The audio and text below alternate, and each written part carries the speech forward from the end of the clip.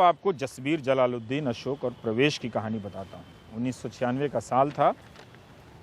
दिवाली से 2 रोज़ पहले ये कहीं गए थे कमाने खाने के लिए। चाय की दुकान पर रुके और पुलिस ने इन्हें उठाया और फर्जी एनकाउंटर में मार दिया, ये बताकर कि ये अपराधी थे।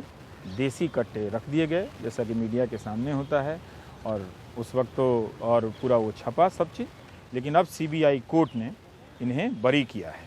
तो आप समझिए, आमिर हो या अशोक हो, रफ़ीक हो या प्रवेश हो, सिस्टम सबके साथ इसी तरह से नाइंसाफ़ी करता है। लेकिन दोनों ही मामले में हमारे नेता ना तो अशोक के साथ खड़े होते हैं, ना आमिर के साथ खड़े होते हैं। ये नेता जनता का नाम लेते हैं, लेकिन हिफाजत उस सिस्टम की करते हैं जो आपके साथ नाइंसाफ़ी करता है। तो मैं आज प्राइम टाइम में इनके परिवार के साथ बात करने वाला हूँ। ये पिलखुआ में रहते हैं, किसी तरह से आए हैं ये लोग, और मैं चाहता हूं कि इनके बारे में सुने, ताकि जब अंतिम फैसला आए, दोष साबित हो, तो हम जान सके कि इन लोगों ने 20 साल तक, ये सारे साधारण लोग हैं, आप देख रहे हैं, 20 साल तक इस देश की न्याय व्यवस्था में इंसाफ पाने के लिए किस तरह से लड़ना पड़ता है। आपका नाम क्या हुआ? महेंद्र सिंह जी। महेंद्र सिंह जी। और आपके कौन थे? मेरा लड़का हाजी। लड़का क्या नाम था उसका? परवेश नाम था। हाँ? और आप इन्हीं के साथ हैं? नहीं, मैं जसवीर जी के जसवीर जी के साथ। मेरे चाचा जी लगते थे। वो आपके चाचा जी लगते थे। तब आपकी क्या उम्र थी और उनकी क्या उम्र थी? उनकी उम्र ऐसी रही होगी करीब 22-23 साल। हाँ। और मेरी उम्र ऐसी रही होगी करीब 10-11 साल के आसपास। मैं अशोक की मम्मी हूँ, मेरा शीला नाम है।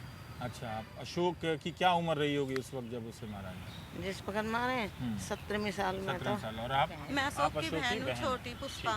ठीक। तो आप लोग बताइए कि हम नहीं जानते हैं, हम ये खबर जानते हैं सिर्फ कि 20 साल बाद आप जो फर्जी अपराध तरीके से एनकाउंटर किया गया या उन्हें क्रिमिनल बताया गया, वो आरोप से छुट्टी मिली है, ठीक है। सीबीआई कोर्ट ने कहा कि पुलिस अधिकारियों को सज़ा दी गई, ठीक है।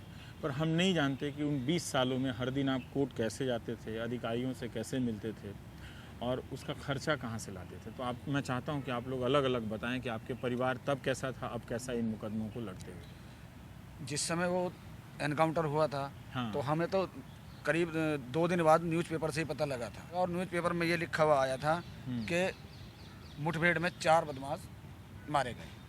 हम डर गए, हमने आगे कोई कार्रवाई नहीं करी, कोई हमने रिपोर्ट भी नहीं करी, क्योंकि अखबार में ऐसा दे रखा था कि बदमाश हैं, बदमाश कह के मारे गए।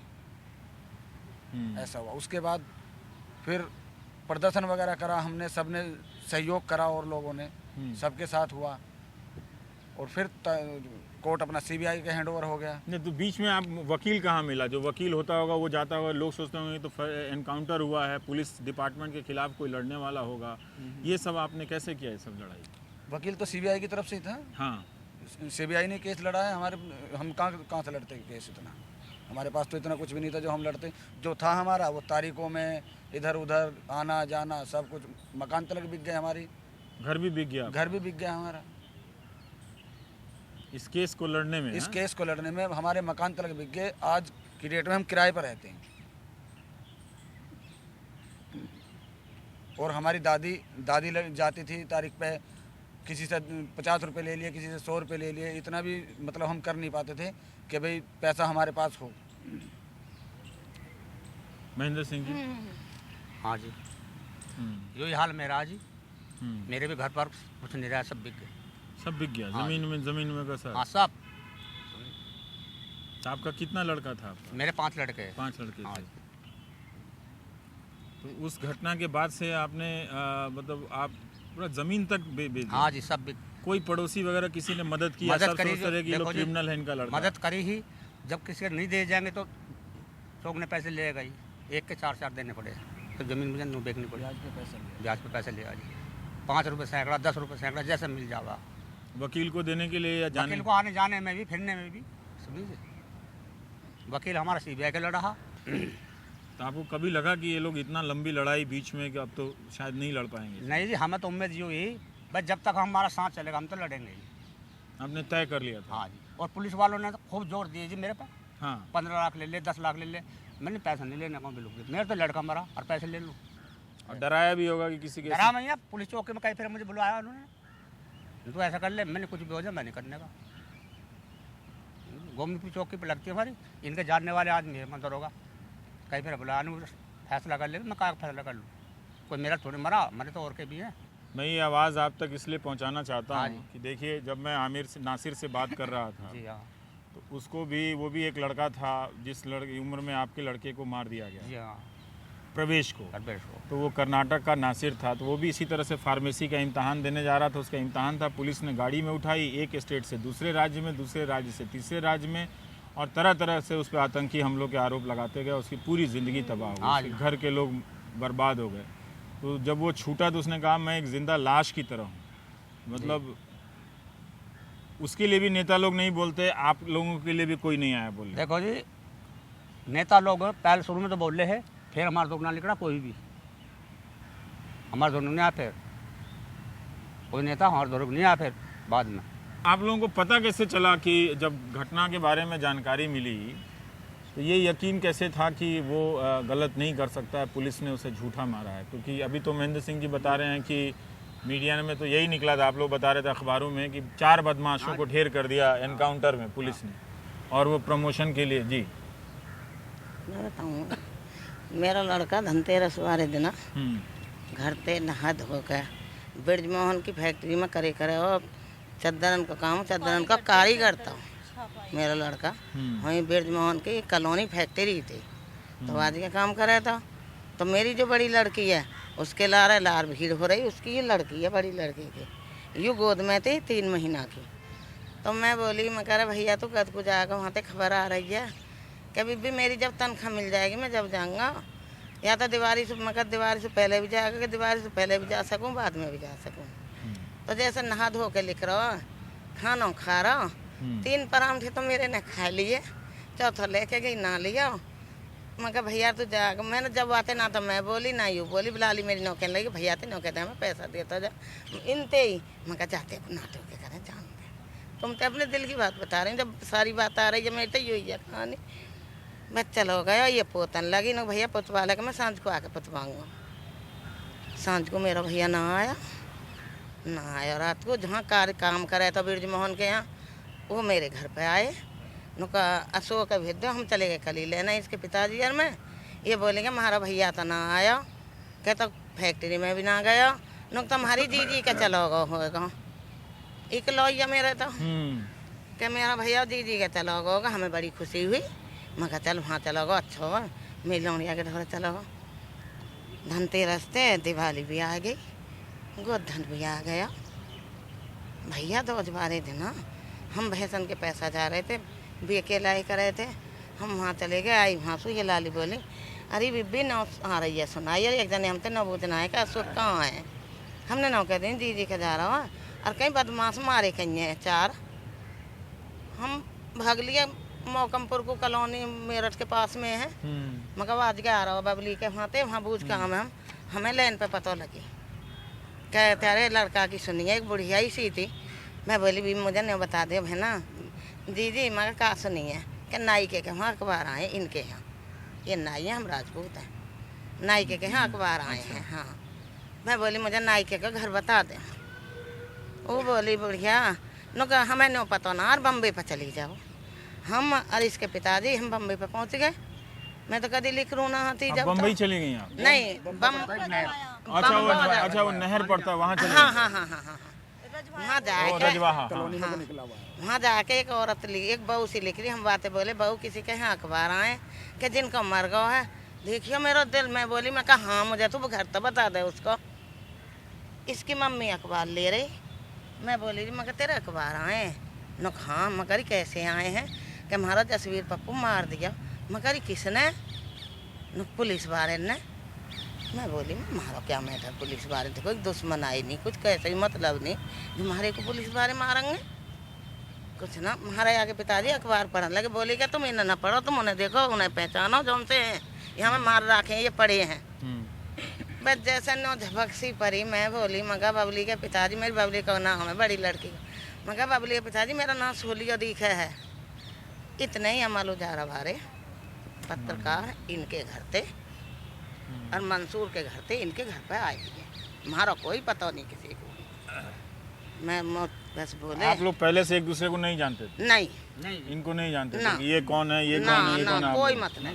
पहले से कोई किसी तो बाद में 4 दिन के बाद अखबार देख के अखबार में ढूंढ रहे हैं हाँ, किसको हाँ। मारा है, हाँ और पुलिस ने आप लोगों को कोई सूचना भी नहीं दी थी कोई मारने की? सूचना नहीं, हाँ? सूचना देती कोई सूचना नहीं दी थी कि डेड बॉडी तक नहीं मिली थी हमें। बाबूजी डेड बॉडी भी नहीं मिली नहीं थी? मिली थी हमें। सूचना देते जिसका इकलौता लड़का, मैं तो वहीं खिप जाती। इस दिन मुझे पता पड़ जाती तो मैं बोली तुम मुझे न्यू बताओ। वो बोले कि अच्छा तुम न्यू बताओ कि तुम्हारे लड़का पे कैसी पैंट है, कैसी। मैं बोली सफ़ेद धारी लीली धारी तो है मेरे की बुरसेट, और लीली चमकदार मेरे के पे पैंट है, सफ़ेद जूता है और हरी जुर्राब है। बस वो नार हिलाए, देखने ना दिया। मैंने उस पर तो सांस चल रहा, हम तो उसके थे बयान भी करवा लेते। और पुलिस वाले ने हम नहीं बरन दिए बात के। बोले तुम्हारा घर कहाँ? मगर मेरा घर 2 नंबर गली में है। ये लालीबाज। और मेरे पीछे तुम जानते हो, मेरे पीछे पब्लिक दुनिया टूट रही पत्रकार के लारा, मेरा घर भर गो इनते। मैं बोली लाली देखियो इसमें तेरा भैया है कोई हो? ये बोली भैया भैया क्यों होता है ऐसा? बाप रे बाप। हमारा भैया क्यों होता है ऐसा? आ गए इतने ही पत्रकार। मैं बोली 4 तो तुम्हारे आ गए पहचानने में, 4 के तो परिवार की पहचान लिए, जब चौथों पहचानने में ना आ रहा तुम मुझे फोटो दिखाओ।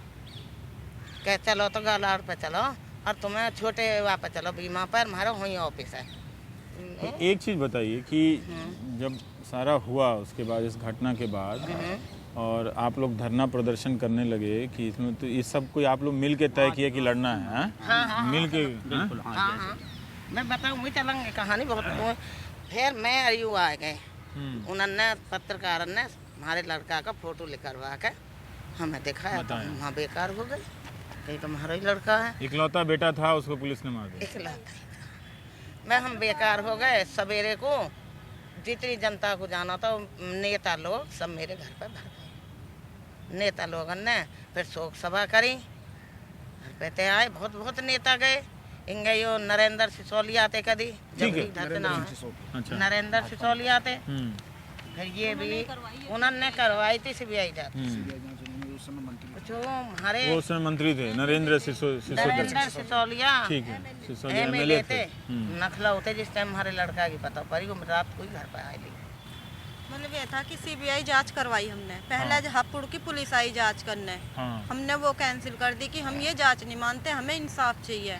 तो वहाँ के इंस्पेक्टर आए थे हापुड़ के, फिर वो कैंसिल कर दिया। फिर सीआईडी जांच हुई मेरठ से, हमने वो भी मना कर दिया।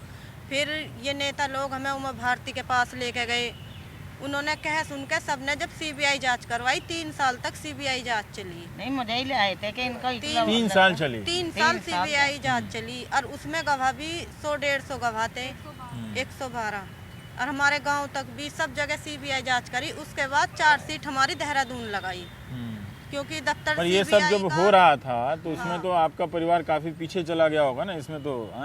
तो शुरू में तो नेता लोगों ने मतलब ठीक ही ठाक उन्होंने किया, शुरू में तो नेता लोगों ने खूब करा, पर जब सीबीआई जांच होगी, सीबीआई ने करा, फिर उसके बाद नेता लोग सब पीछे हट गए, फिर उनके ऊपर ही सौंप दिया।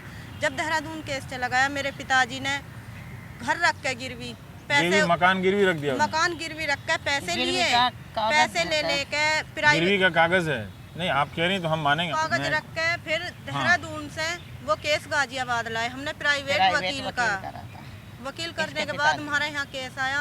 इन्होंने कई जगह से स्टे लिए, स्टे तुड़वाई, फिर 2 जगह की तो स्टे मेरे पिताजी ने तुड़वा दी। फिर उसके बाद एक स्टे टूटी 9 साल बाद, 2008 में मेरे पिताजी खत्म हो गए। उसके बाद बहुत टाइम लगा, पर हमारा घर गिरवी रख गया। और जब उसके काफ़ी पैसे हो गए, ब्याज लगा के हमारे पे बहुत ज़्यादा कर्जा हो गया। मकान जिसके गिरवी रखा उन्होंने कह दिया तो मेरे पैसे दे दो, नहीं मकान खाली कर दो। 3 साल हो गए इन बातन को नौका दी नहीं। उस टाइम पे हमारा टाइम ऐसा आ गया कि सड़क पे आने का। मेरी बड़ी बहन यहाँ रहती थी, फिर हम पे पता करा, हमने 2 लाख रुपए दे दिए। वे कह लगे नहीं सारे पैसे दो, 2 लाख रुपए लेकर हमें उन्होंने घर से भगा दिया, अपने आप लोगों को घर से भगा दिया। क्या पहले कहने लगे कि चलो हम तुम्हें वो कागज दे देंगे। 20 साल पहले आपके घर वाले को जान से भी मार दो फर्जी एनकाउंटर में, और उसके बाद घर से भी आपका आप लोग का। मैं बहुत दुखी हुई, करते करते लड़ते लड़ते इसके पिताजी भी खत्म हो गए। फिर उसके बाद हमने 2 लाख रुपए हम दोनों बहन एक घर में हमने दिए थे। फिर वे कहने लगे कि हमें 3-4 लाख रुपए और चाहिए। फिर 9 लाख और चाहिए। फिर हमने अपनी ससुराल वालों ने अपनी 5 बीघे ज़मीन बेच के, जब हमने वो पैसा दे के, तब उससे वो मकान वापसी लिया। आपके ससुराल वालों ने मदद की, अपनी जमीन बेच के आपको घर हमारे छुड़ाया? ससुराल वालों ने हमारा मेरा दमाद खाने में, पीने में, बच्चों की हर तरह की मदद करी उन्होंने, ठीक है। बहुत ज़्यादा। और हमारे जो मकान थे वे मकान भी गिर गए।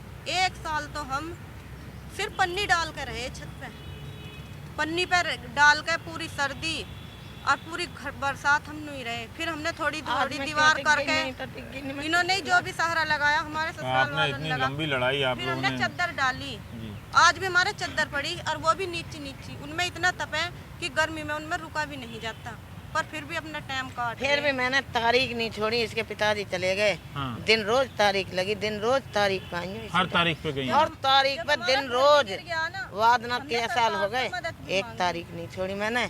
इस बालक भी न करे, बीबी तू बीमार है, बित्ते रहने में जाऊंगी, मुझे कुछ सिदकता आवेगा, मुझे कुछ पता तो पड़ेगी। मैंने दिन रोज तारीख करी है बाबूजी, मेरे जी की क्या हो जाओ, पर भगवान ने और तुम सबने मुझे इंसाफ मिल जाएगा। गया हो मेरे ढोरे एक दरोगा, छोटा दरोगा जोगंदर नाम है, इसके पिताजी के पीछे मेरे पाम छुए जाके, मुझे पता नहीं, वो लेके गए दलाल। मैं या की मम्मी बोली, मगर कौन है लाली हो, कभी भी हुई है पुलिस वाले में, कौन सा कहो भाई मेरी लड़की ने। और मेरी लड़की बोली तेरी कैसी हिम्मत हुई हमारे घर पर आने की, कि मैं भूल में चला आया, उतना भूल नहीं जितना तेने हमारा लिया हो, जितना हमारा दिया भुजाया, या तो हमारे घर से उठ जा, नहीं हम तुझे अभी काटेंगे। बस वो दलाल उठा के ले गए मेरे घर से। वो आया था कि बहला फुसला के कोर्ट से केस से वापस ले गया। तो ये लोग काम कर रहे थे। लालच देने के लिए, पैसा देने के लिए आया। मैंने केस लड़ा, मैंने जन कैसे कैसे कर आई, मेरी हालत नहीं दिख रही। नहीं, आपकी हालत बहुत खराब है। नहीं, खराब है, मेरे जी को पता हो, जैसे मैं केस लड़ती चली आई। और अब हमारी इच्छा कि अब जो भी कुछ है जज साहब के हाथ में, जो हमें इंसाफ देंगे, जो हमारी मदद करेंगे। एक मैं अपने दर्शकों को बताना चाहता हूँ कि मैं क्यों इन लोगों से बात कर रहा हूँ। ये साधारण लोग हैं और इनकी हिम्मत की आप दाद दीजिए कि जवान बेटा फर्जी एनकाउंटर में मार दिया गया है और 20 साल तक ना उनकी ज़िंदगी में शुरू के में कुछ नेता ज़रूर हैं, उनके अच्छे प्रयास से सीबीआई की जांच होती है, ना मीडिया है ना पत्रकार हैं, ये लोग अकेले लड़ रहे हैं। इनका घर गिरवी रखा, ज़मीन बिक गया, लेकिन फिर भी ये लड़ाई लड़ रहे हैं। इनकी कहानियों में आपको प्राइम टाइम जैसे टेलीविज़न की उत्तेजना भले ना मिले, जैसे नेताओं के बड़े बड़े भाषण, खूब सारी तस्वीरें जो रोमांच पैदा करती हों आपकी नज़रों में कि बहुत सारे झंडे दिख रहे हैं, नेताजी आए हैं, गरीबों के लिए बहुत कुछ करने वाले हैं, लेकिन जो सिस्टम है वो हर कमज़ोर आदमी को ऐसे ही सता रहा है। कितनी आसानी से किसी को मार देता है, कितनी आसानी से। उनका कुछ भी नहीं हुआ। जो पुलिस वाले हैं उन्हें सज़ा तो मिली है, लेकिन उनका घर नहीं बिका है। वो थाना उसी तरह से है, वो पुलिस सिस्टम उसी तरह से है, जो किसी को, एक आम आदमी को उठा के क्रिमिनल बता के एनकाउंटर कर देती है, किसी को बस से उतार के जो तीर्थ यात्रा पर जाता है आतंकवादी बता देती है, और कोई कॉलेज जा रहा होता है उसकी दाढ़ी और टोपी देख के उसको पकड़ कर ले आती है और उससे पेशाब पिलाती है कि तुम आतंकवादी हो, ये सबूत कर लो, और 20-20 साल तक जेल रखती है। लेकिन आप सोचिए कि जब कभी आपकी ज़िंदगी के किसी ऐसे मोड़ में अकेले पड़ जाएंगे तो वो कौन सी शक्ति होती है जो आपको लड़ने के लिए इस सिस्टम से, जिसके आप किसी थाने में घुस कर देखिए, कचहरी में जा कर देखिए, वहाँ के माहौल को देखिए तो आप घबरा जाएंगे। ये हालत होती है। ऐसा लगता है कि एक कमज़ोर इंसान के ख़िलाफ़ सारी व्यवस्था खड़ी हुई है। वहाँ पर इन तमाम लोगों ने अपनी ज़मीन बेची है, एक दूसरे को नहीं जानते थे, एक दूसरे के करीब आए हैं, और पुलिस को देखिए कि उसमें इतनी भी करुणा नहीं है कि अपनी गलती का प्रायश्चित करे, इन लोगों का घर बनवा दे। उस डिपार्टमेंट का भी अपनी तरफ से कोई प्रायश्चित नहीं है। तो पुलिस वालों को सज़ा ज़रूर मिली है। तो ये कोई छोटी घटना नहीं है, ये साधारण लोग हैं, इसलिए इनकी बातें सुनिए आप। जसबीर हो, अशोक हो, प्रवेश हो,